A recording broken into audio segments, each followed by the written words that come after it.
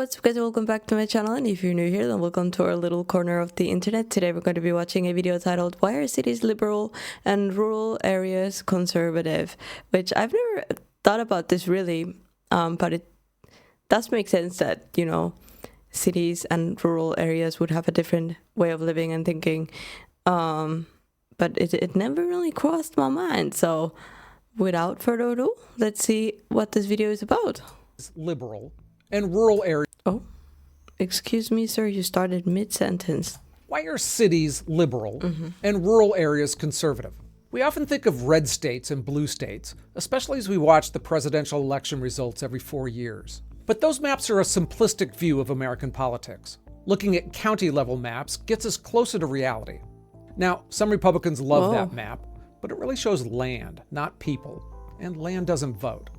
Here's a look that's even better, which shows the counties. Oh no, I didn't think of that like, oh, there's so much more red than blue. I thought of that more like the blue must be very, I mean, it's very concentrated in like city areas, no?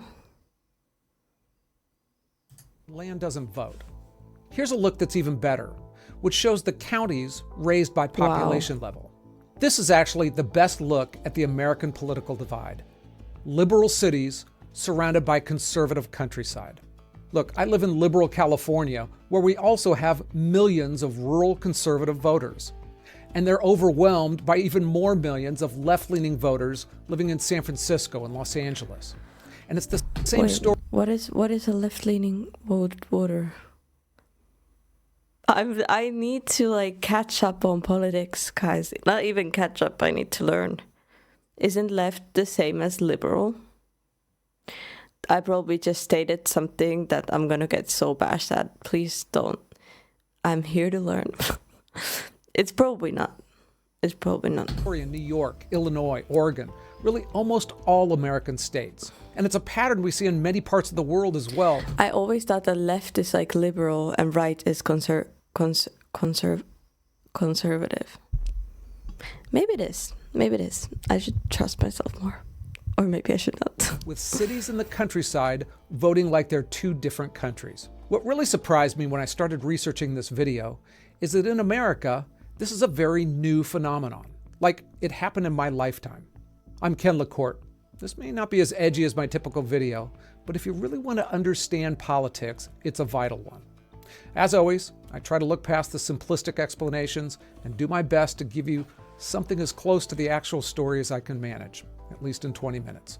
In this video, I'll first explain how it wasn't always like this. Then look at the underlying values that laid the groundwork for the separation. Then I'll look at history, starting with how LBJ changed everything in the 1960s, followed up by looking at the decade it split.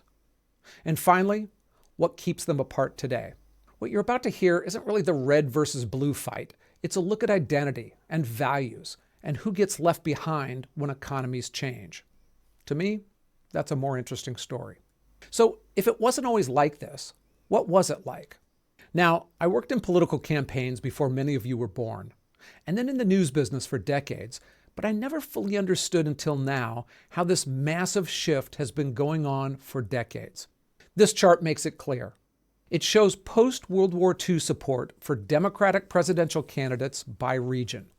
Blue is urban, the green is rural.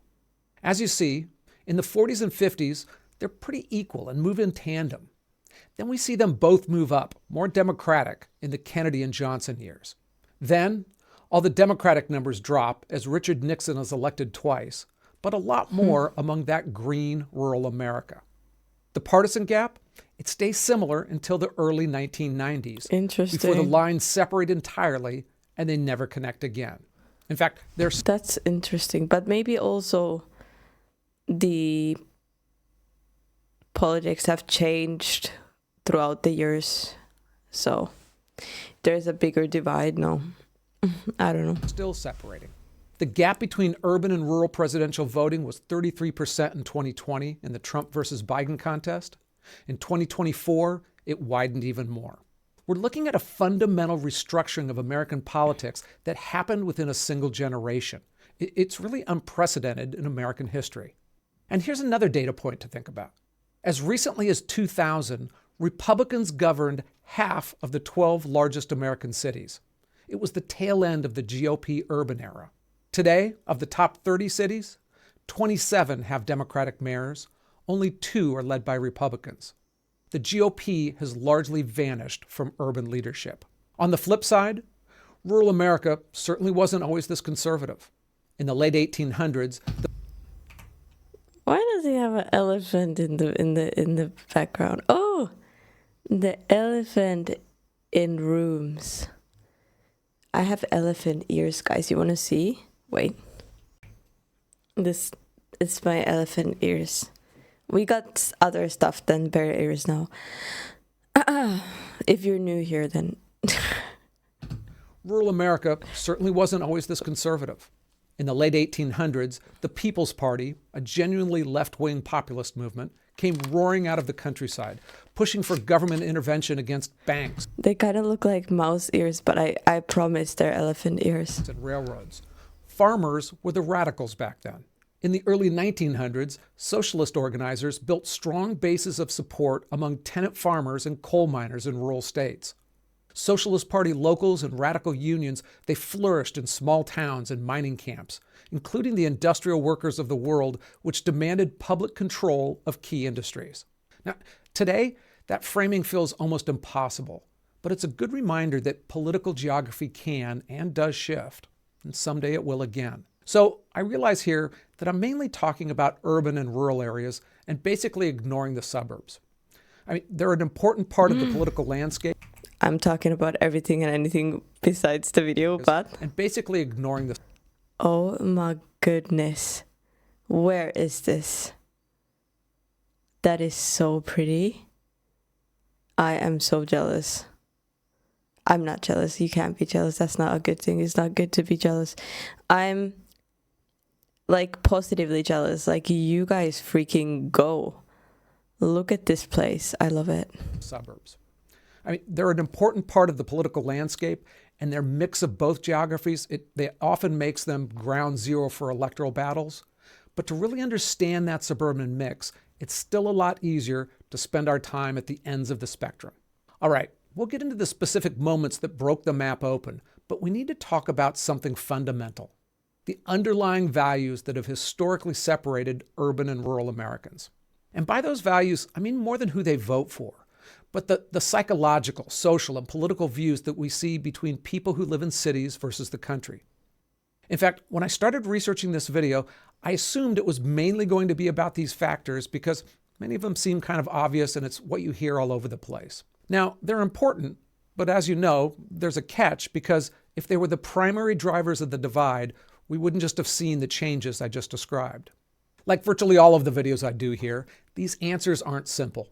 They're an interplay of multiple causes and reactions. I say it a lot, but the world is a complicated place.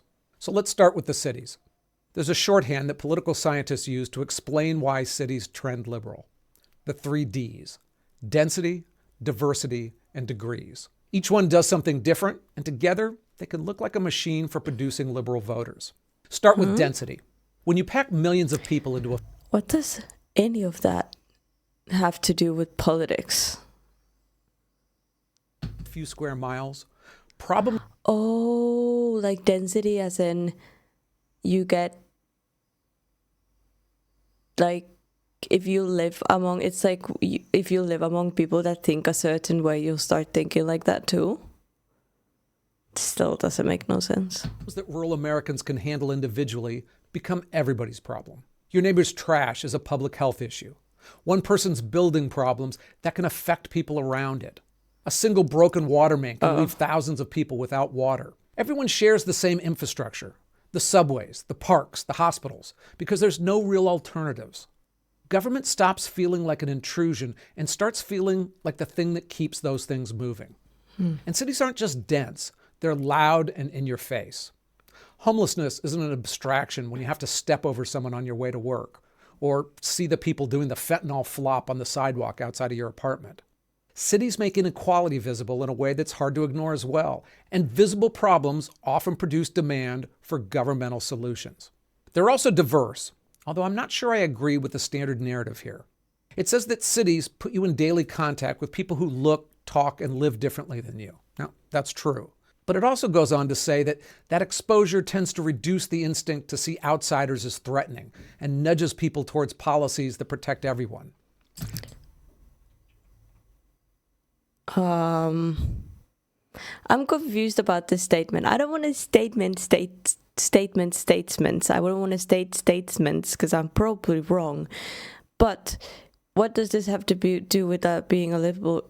Even if you were a conservative, Outsiders first is of all, threatening and nudges people towards policies that protect everyone. not just people towards policies that protect everyone. Isn't that both sides, though, in a way? Like, I'm guessing this means that I guess conservatives look out more for the Americans, but Americans also, like, there's no way you can describe what an American looks like. So what do you mean, like, outsiders? Like, I don't know what that means. I don't get it. Reduce the instinct to see outsiders as threatening.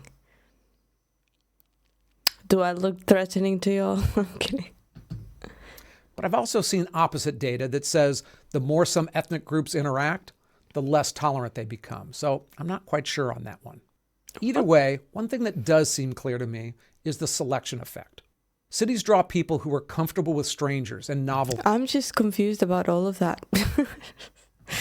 They rank higher on the Big Five personality trait of openness, and that correlates with liberal politics even before someone moves to the city.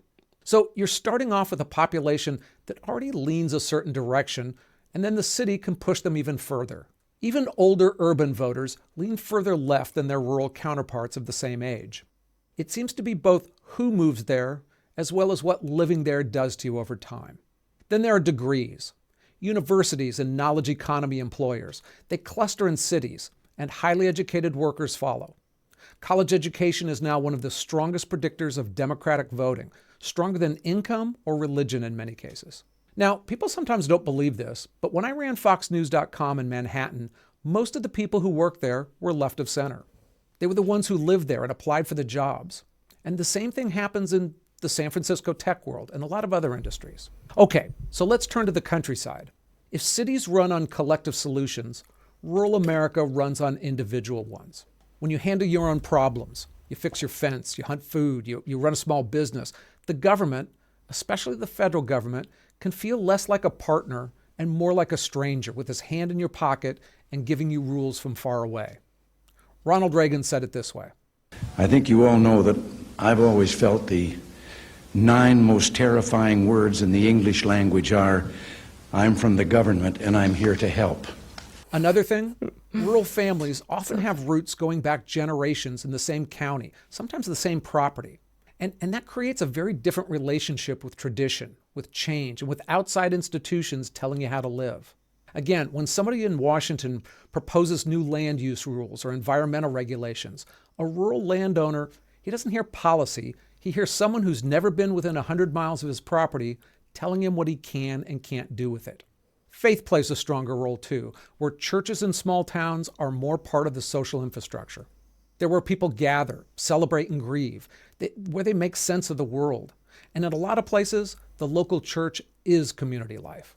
There's one more thing worth mentioning, and it doesn't get said enough. Rural America has genuine grievances that aren't about culture at all. Hospital closures, school consolidations, broadband deserts, infrastructure that hasn't been updated in decades. They're material problems affecting people, and sometimes those people feel that the political system has largely ignored them. Now, all this said, the urban-rural divide, it's not an American phenomenon. The same pattern. Also, I feel like in America, you talk a lot about like liberal and conservative, and they're both kind of like very different. Is there nothing in between? Like, is there obviously there must be, no?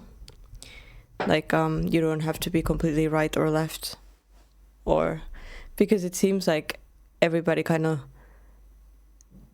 picks a side. Pattern shows up across dozens of Western democracies. The success of Britain's Brexit vote, adamantly opposed by London's elite, it's a great example. And you see similar patterns in a lot of other countries as well. But each country's history got them to that point in a different way. Before I go on, do you need an injury law firm? If you need to find one, it's a tough decision because they're not all the same. There's a reason our sponsor, Morgan & Morgan, is America's largest injury law firm. They've recovered over $30 billion for their clients over 35 years, and they're licensed in all 50 states. They've got over 1,000 lawyers and 100 offices nationwide. And they handle more than car accidents. They handle medical malpractice, defective products, injuries at work, you name it. It's fair to say that you don't grow that big without doing something right. And they have a great track record. And they're going to help even if you're not going to court. I mean, I've seen the difference between dealing with a corporation yourself and having a lawyer deal with them. Too many people leave money on the table because they don't know how to properly fight for it. So if you're ever injured in an accident, you can check out Morgan & Morgan. Clients don't pay unless they win. He slid that ad inside in there so quickly that I didn't even notice. So their interests are aligned with yours, not with billable hours. They offer a free case evaluation, so it's worth at least finding out where you stand. To learn more, you can go to forthepeople.com/Ken LaCourte, which is linked below as well.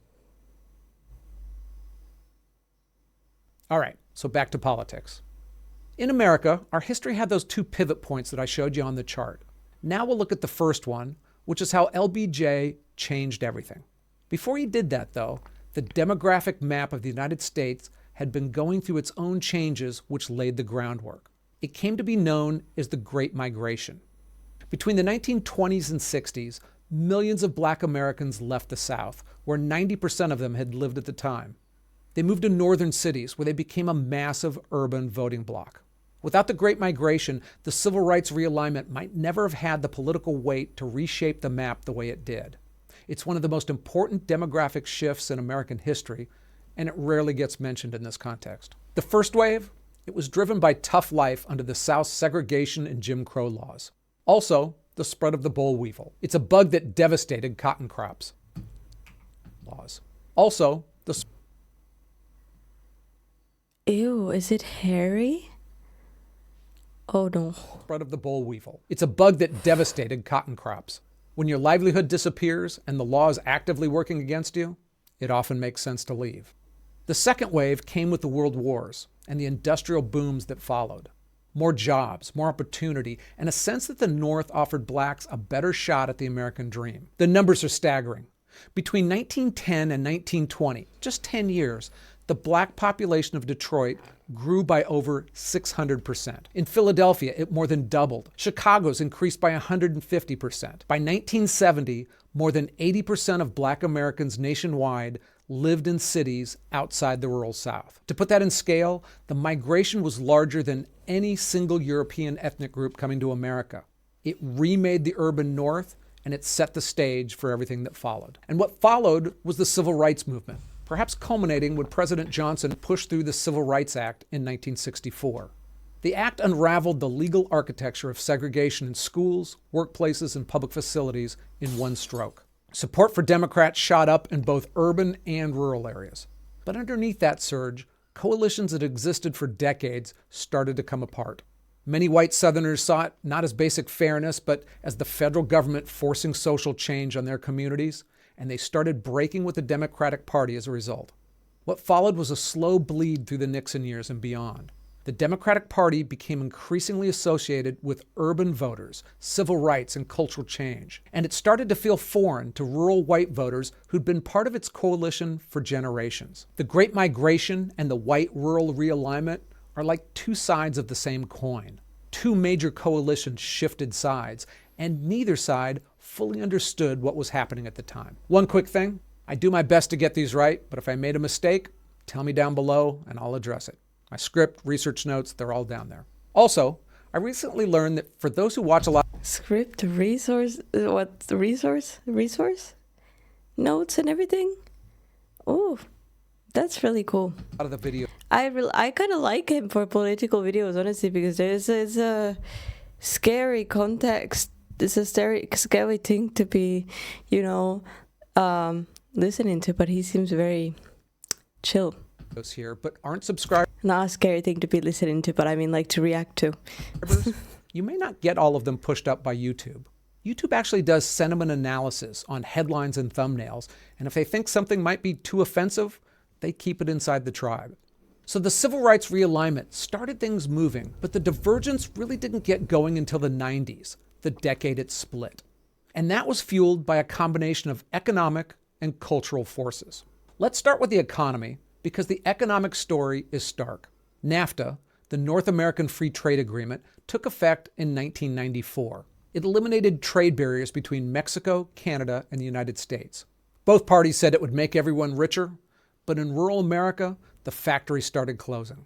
Between NAFTA, automation, and China taking over manufacturing, over 80,000 American plants shut down. Fewer in the cities where the knowledge and tech economies were starting to boom, and more in small towns and mid-sized cities that had built their entire identity around a single industry. And those jobs didn't come back. Take Danville, Virginia as one example, among thousands. A single textile company, Dan River Mills, employed 6,500 people at 7 mills in 1993. 8 years later, every single one of those jobs was gone. Danville didn't get a tech hub. It got vacant buildings and an opioid crisis, with the drug overdose deaths tripling. That opioid crisis, it fed the narrative that people started to believe in small towns across the country, that nobody in power cared about them. The family farms were also disappearing, along with jobs in mining and other industries. At the same time, cities were getting more cosmopolitan, more secular, more globally connected. Quick social change on gun control, gay rights, and abortion felt to many rural communities like values being forced on them from the outside. Rural voters didn't just disagree with those This makes sense, yeah. positions. That's also like when all of this was happening is when everything kind of changed, I think. But felt actively targeted by them. Country music. I'm not saying to better or worse. I'm just saying everything changed very quickly. So Pickup trucks, the American flag, the cross, they became symbols not just of rural America, but of the Republican Party. The cities had their problems too in the 90s, with urban decay and sky-high crime rates. They pushed for gun restrictions, expanded social services, and police accountability. But cities were also changing in other ways. They were getting richer, more educated, more diverse. Gay communities were becoming a political force. A generation coming out of college had a new set of priorities, and the symbols shifted with them. Pride flags, bike lanes, farmers markets. They didn't see the rural reaction as cultural self-defense. They saw bigotry. To many urban voters, the old arguments about guns and God felt like relics. The country was changing, the cities felt like they were leading it, and the Democratic Party was finally saying out loud what a lot of urban Americans had believed for years. And now, what keeps them apart? It's more than just political beliefs, but a set of mechanisms that have made that divide self-sustaining. The chart's divergence line is still moving, and nothing in the current political structure seems built to reverse it, at least nothing that's apparent right now. Start with geographic sorting, which compounds itself every year. Educated young professionals, they leave those small towns that offer little prospects, and they drift left. People who stay put in those small towns, who buy property, start families, put down roots, they tend to drift right. Over time, each place becomes a more concentrated version of itself. In primary elections, they make it worse. In safe districts, which most districts are now, the only real competition happens in a primary. Between gerrymandering and other advantages that incumbents have, it's shocking at how rarely one of the 435 members of Congress loses re-election. In 2024, a big political change year, only 11 members of the House lost their general election. 4 had lost their primaries. That's not a lot out of 435. And primary voters, they're the most committed, the most hardcore members of each party. So the incentives for politicians, it's not to appeal to the middle, it's to excite those superfans by telling them what they want to hear. The result is that the people who represent rural America get more conservative, the people who represent urban America get more liberal, and the two sides have less and less to talk about. And then there's the media environment, where most news outlets have become partisan, whether they admit it or not. Add on top of that the computer algorithms that this is something I never thought about neither, but you guys kind of told me like, give each of us a separate diet of the information that we like to hear. And because we live near fewer people who we disagree with, there's even less friction to correct it. If there are even any people who challenge your assumptions, they're likely faces on a screen, not people you actually know. Rural and urban America became two genuinely different lived experiences, each side often seeing the worst motives on the other. We're still seeing some realignments, though. The Trump coalition reshuffled things in a way that really didn't fit the old map neatly. more working class voters of all races, fewer college-educated suburbanites. Whether that represents a genuine reordering or just a temporary disruption, that's a fascinating question for the next few years. But the underlying structure, the self-sorting, the media silos, those aren't going anywhere. They're going to outlast politicians. It's baked into the system until something we probably don't even know about comes along to change it. Okay, so when I spend a lot of time looking into the growing political divide in America, I sometimes can't help but think we're all going a little crazy. Until I look around the world a bit, then I feel better. And when my gaze stops on North Korea, I think we're all doing pretty well, because that country is certifiably insane. I mean, some of it's goofy, like teaching people that Kim Jong-un learned to drive at age 3, or that his dad invented the hamburger. But most of that... What? We need to watch videos on that. What is going on there? craziness, it's dark and evil, like executing people for watching the wrong TV show. Or if you commit a crime that sends you to prison, your children and grandchildren get locked up with you as well. That's wild. And also the fact that you have to have, don't you have to have Kim Jong-un's photo in your home on the wall? And it needs to be spotless, like they can come and check it. And if it's not spotless, you're probably going to jail. But how? How did a country of 26 million people go that far off the rails? Click here or in the description box below if you'd like to learn some of the answers. Well, guys, that was an interesting video for sure. I mean, it all makes kind of sense. And it just makes sense for city people and rural areas to you know, vote for different things. But I don't know, I feel like in the future, hopefully it wouldn't be as divided as it is right now. Maybe there's something in between. But for now, it is what it is. I would love to hear your thoughts in the comments below. Please don't fight, guys, because I love you all equally. Doesn't matter if you're in the rural areas or in the city. And yeah, thank you for joining me for this video. I really hope you liked it. Please leave a like, subscribe if you haven't yet, and I'll see you guys in the next video. Bye.